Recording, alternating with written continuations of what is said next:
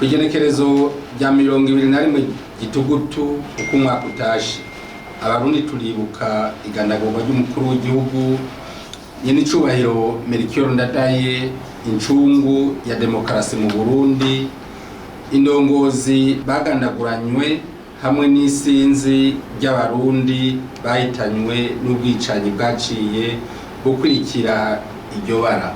Nkuko twabivuze aho twibuka igandagurwa ry'incungu y'ukwikukira ku Burundi, umuganwa Rudoviko Rwagasore, uyu munsi uzohimbazwa nawe nyene ku civugo ngo tuzirikane imfura z'u Burundi, twubahe na ntaryo Imana mushobora vyose n'indongozi yaduhaye.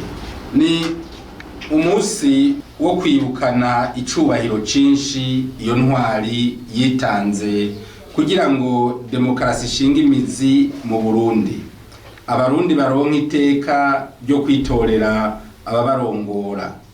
Ni kandi umunsi wo kwibuka abarundi bose bagandaguwe kuva iryo bara rigwa kubera amohe no kwihorahorana vyatumwe n'abagomba ko Uburundi budashikira demokarasi nyakuri. Demokarasi ifasha bene gihugu bishira bakizana, bakidegemvya mu vyabo no mu gihugu cabo.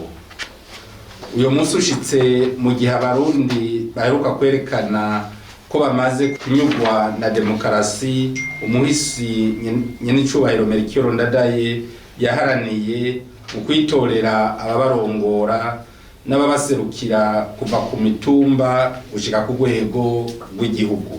Nk'uko nyene icubahiro Melchior Ndadaye yabishikirije igihe yarahejeje gutsinda amatora yo muri Ruheshi 1993, ati dugureshwa mugina, intsinzi turonse si y'umuntu canke y'umugambwe, mugabo y'abarundi bose kuko ari abana b'u Burundi basangiye impetso ndugaye twamugina.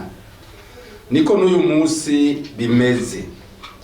Leta mvyeyi, leta nkozi izokwama ishigikira ubwo buhizi bw'iyo ncungu y'u Burundi mu kurongorana no guteza imbere abarundi bose, yisunze kandi yishimikije kubaha no kubahiriza Imana mushobora vyose yo ubutegetsi bwose bukomokako.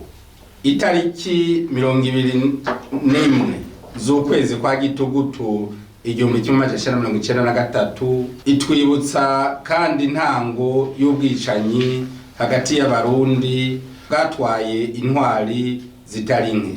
Uyu munsi rero nakaryo ko kwikebuka, tukibuka kubwicanyi, urwanko, inzigo y'inzikira bitubaka ahubwo bisambura.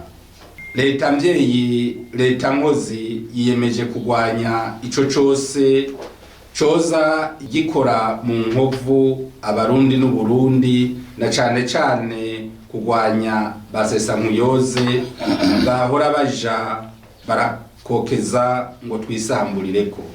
Turabahamagariye rero mwese gukwirikiza akarorero keza ko kurondera ineza y'abene gihugu nk'uko nyene icubahiro Melchior Ndadaye yabitweretse, gukomeza ubumwe, gufatana mu nda no kuvavanura n'agatima k'amacakubiri, nizo nzira zizoshikana igihugu cacu ku neza nyene icubahiro Melchior Ndadaye yashakira igihugu cacu.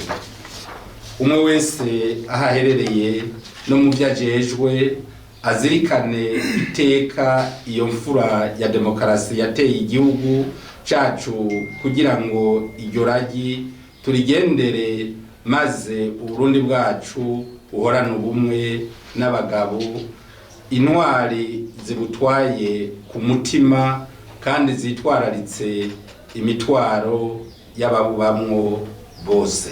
Tubasavye kandi kwama mwubaha Imana, kuko iyo umuntu yubaha Imana yubaha n'abandi bantu bose na cane cane abikoresha mu gutunganya igihugu cayo. Nico gituma uyu munsi utubera akaryo ko kwibuka no gusonera kubaha indongozi nazo zigasabwa kwitaho ineza y'abenegihugu bose. Uyu munsi rero twibukanye n'icubahiro Melchior Ndadaye ukazohimbazwa mu gihugu cose ejo aho bukera ku munsi wa gatatu igenekerezo rya 21 Gitugutu 2020 ukazohimbarizwa mu makomine yose agize igihugu cacu. Ibirori bizotangurwa n'inkuka zimisa izotangura isaha 3 hakurikire gushiraho ingori z'amashurwe ku vyibutso by'iyo ncungu, bisozerwe no gutega amatwi be no kuzirikana ijambo nyene icubahiro Melchior Ndadaye yashikirije igihugu mu gihe umugambwe wiwe waruhejeje gutsinda. Bigiriwe i Bujumbura kwa 20 Gitugutu 2020, ubushikiranganji bw'intara hagati mu gihugu, iterambere rusangi n'umutekano. Murakoze.